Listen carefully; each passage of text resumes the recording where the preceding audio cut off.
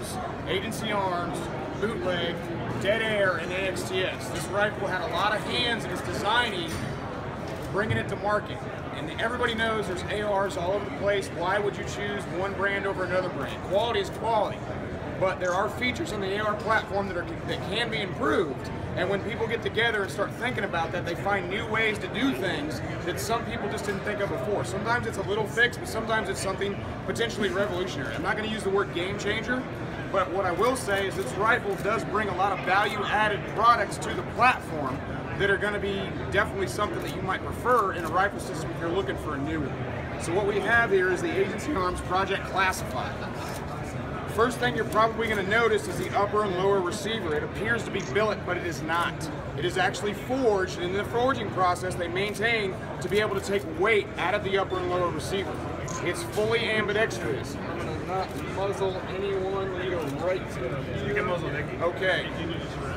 So this is a rifle system. You'll notice the rail up front is both Picatinny and Key-Mod.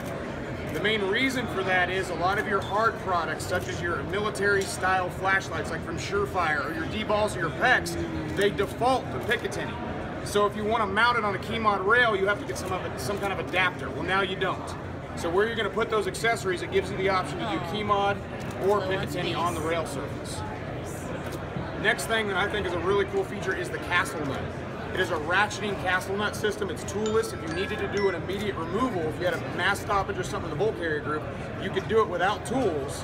You can either use PWS's enhanced buffer tube, or you can use whatever buffer tube you'd like. Fully ambidextrous. It's got the AXTS short throw, and they will be shipping with the new rail scales PVC panel, polymer panels, instead of the G10. That's a new thing that Rail Scales has out.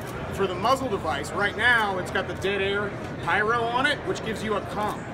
So if you need a comp, you throw it on. But if you don't want a comp, all the way out, you remove it and you have a flash hider. The awesome thing about this flash hider, if you guys are familiar with the 3 prongs, they usually change the length of the dimensions to avoid harmonics so it doesn't ping. The changes are so slight you can't really see them until you closely inspect it, but the variances are changed slightly, so it maintains an aesthetic appeal, and it maintains symmetry, but it doesn't give you the ping like you'd get if it was fully symmetrical. They're going to ship MBUS Pro sights, ambidextrous controls. You've got an ambidextrous bolt release, you've got an ambidextrous magazine release, and my personal opinion is somebody finally put the ambidextrous release on the left side of the gun for the magazine in the right place. Me being an ambidextrous shooter, when I run the rifle on the left side of my body, this is where I want that magazine release versus where some people put it higher up on the frame or right there. Anybody have any specific questions? Oh, it also includes the ALG trigger. Questions? Is that, you guys are tuning that trigger? Is that how that's going to work?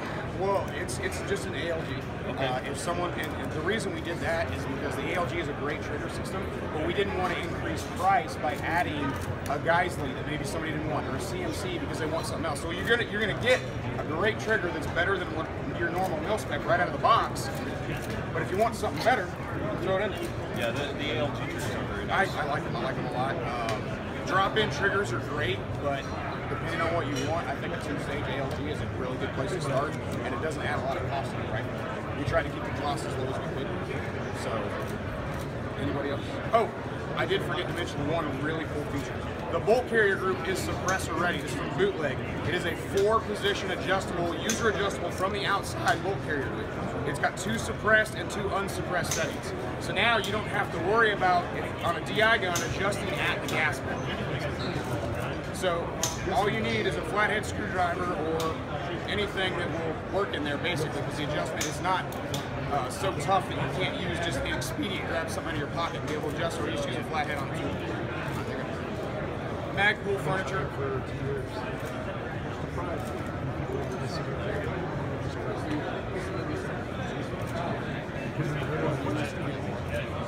I don't know, it's set down here. Yeah, I think it's going to be released on the spec sheet. You want the Wolverine pose? Hold that pose!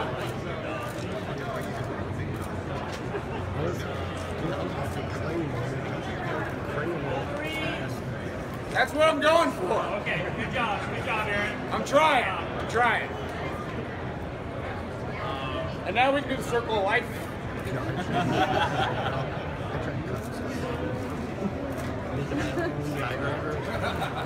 I would home, but I've lost my voice. Looks good in your phone, man. You dabble.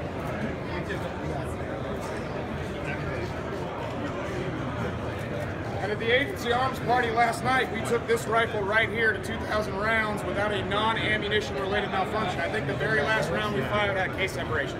But the rifle ran flawlessly through everybody's hands. We ran it pretty much non-stop. We started off with 30-round mags and everybody was doing 20s and 10s.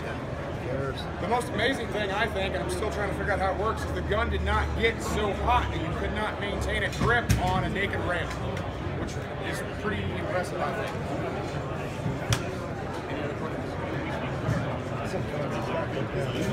Let's do it.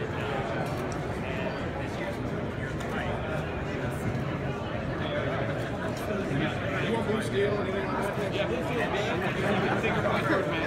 More eyebrow, please. More eyebrow. No more cowbell. I don't.